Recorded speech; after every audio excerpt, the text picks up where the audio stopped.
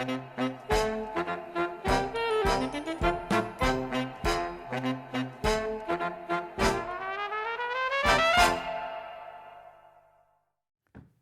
là là, oh là là.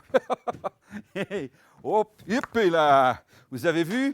C'est pas mal, hein? Bonjour tout le monde. Vous avez vu mes boules?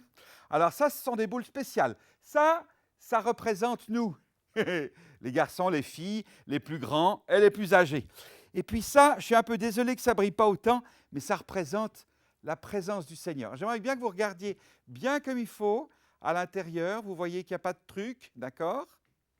On va regarder ici la boule verte qui nous représente nous, les garçons et les filles, les petits et les grands. Voilà. Et puis ici, ça, cette boule-là, elle est terrible. C'est toutes les bêtises qu'on peut penser, qu'on peut dire ou qu'on peut faire. Et de nouveau, il n'y a pas de truc à l'intérieur. Vous voyez, c'est une boule avec un trou pour pouvoir passer la corde qui est là. Ça, c'est ce qu'on appelle le péché. Toutes ces bêtises qu'on pense, qu'on dit ou qu'on fait. Et puis ici, je vous ai apporté une double corde. Et c'est dans cette corde que je vais passer les cordes à l'intérieur de cette boule noire qui nous rappelle toutes les bêtises et les méchancetés qu'on peut penser, qu'on peut dire et qu'on peut faire. Et pour pas que ça s'en aille, on va faire un grand nœud dessus, comme ceci. Voilà. Et voilà.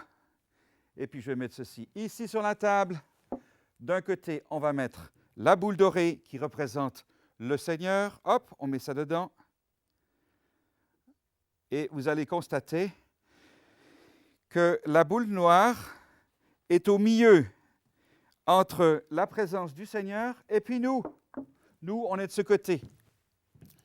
Aïe, aïe, aïe, aïe, aïe, quelle situation catastrophique. Comment est-ce qu'on va faire pour réussir à éliminer toutes ces fautes? Parce que là, vous voyez que nous sommes séparés de la présence du Seigneur.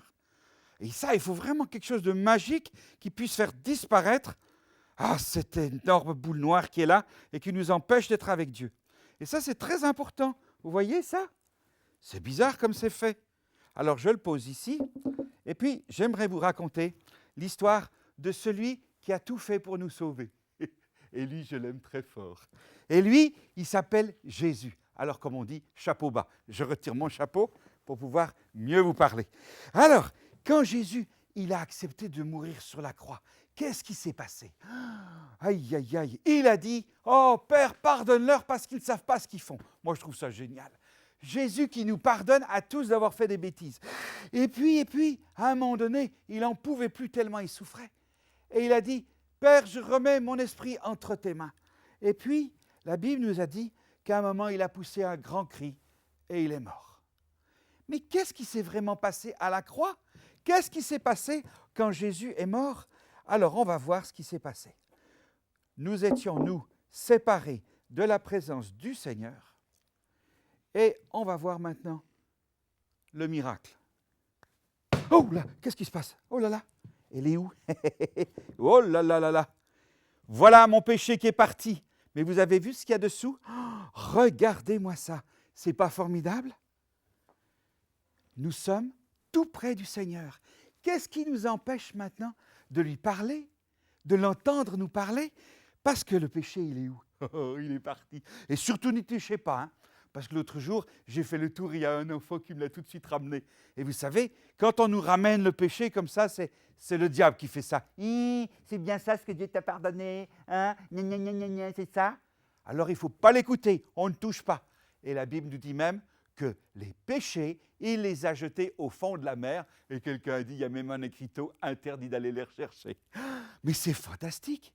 Ça veut dire qu'il n'y a plus rien qui me sépare de la présence de Dieu. Toutes mes fautes, elles sont pardonnées parce que Jésus, il est mort à cause de moi et à ma place. Il a été puni à ma place. C'est pour ça qu'il a versé son sang. Mais ça, c'est génial. Ça veut dire que je peux lui parler n'importe comment, n'importe quand, à tout moment, il m'écoute. Il n'y a plus rien qui me sépare de lui. Moi, je trouve qu'il est formidable. Alors, vous avez le droit d'applaudir Auguste, mais surtout le Seigneur Jésus. Merci beaucoup.